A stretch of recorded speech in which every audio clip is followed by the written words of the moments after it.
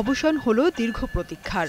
মঙ্গলবার আনুষ্ঠানিকভাবে খুলে দেওয়া হলো যমুনা নদীর ওপরে নির্মিত ৪.৮ কিলোমিটার দৈর্ঘ্যের রেল সেতু।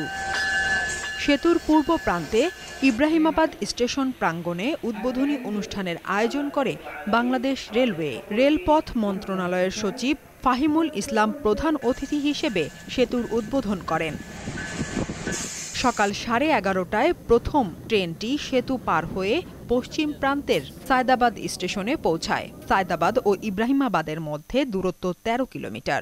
ট্রান্সদেশিয়ান রেল নেটওয়ার্ক অথবা সার্ক রেল নেটওয়ার্ক, এটার একটা দীর্ঘদিনের আমাদের এই রিজিয়নে এক কানেক্টিভিটি, রেল কানেক্টিভিটি বাড়ানোর জন্য কিন্তু বিভিন্ন পরিকল্পনা রয়েছে। এই রেল সেতুতে দুটি লাইন রয়েছে। 12 ফেব্রুয়ারি থেকে সেতুর একটি লাইনে ট্রেন চলাচল শুরু হয়। এখন থেকে 2 লাইনে ট্রেন চলবে। নতুন এই সেতু চালু হওয়ায় যমুনা সড়ক সেতুর রেলপথে আর ট্রেন চলবে না। অত্র অঞ্চলের 26টি জেলার মানুষ এই যমুনার পূর্ব পাড় দিয়ে রেল স্টেশন দিয়ে যাবে। যাতায়াত কষ্ট হবে না, মানুষের ভিড় কম থাকবে, আমাদের যাওয়া আসাটা খুবই ভালো হবে।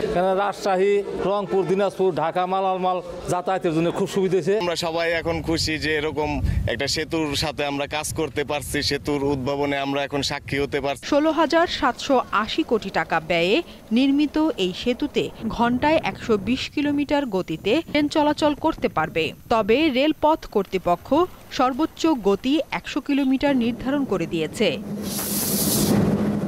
দীপ্ত বার্তাকক্ষ। অবসান হলো দীর্ঘ প্রতীক্ষার। মঙ্গলবার আনুষ্ঠানিকভাবে খুলে দেওয়া হলো যমুনা নদীর ওপরে নির্মিত 4.8 কিলোমিটার দৈর্ঘ্যের রেল সেতু।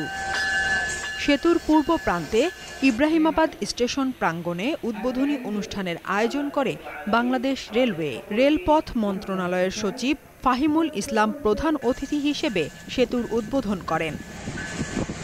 সকাল 11:30টায় প্রথম ট্রেনটি সেতু পার হয়ে পশ্চিম প্রান্তের সায়দাবাদ স্টেশনে পৌঁছায়। সায়দাবাদ ও ইব্রাহিমাবাদের মধ্যে দূরত্ব 13 কিলোমিটার। ট্রান্সদেশিয়ান রেল নেটওয়ার্ক অথবা সার্ক রেল নেটওয়ার্ক, এটার একটা দীর্ঘদিনের আমাদের এই রিজিয়নে এক কানেক্টিভিটি, রেল কানেক্টিভিটি বাড়ানোর জন্য কিন্তু বিভিন্ন পরিকল্পনা রয়েছে।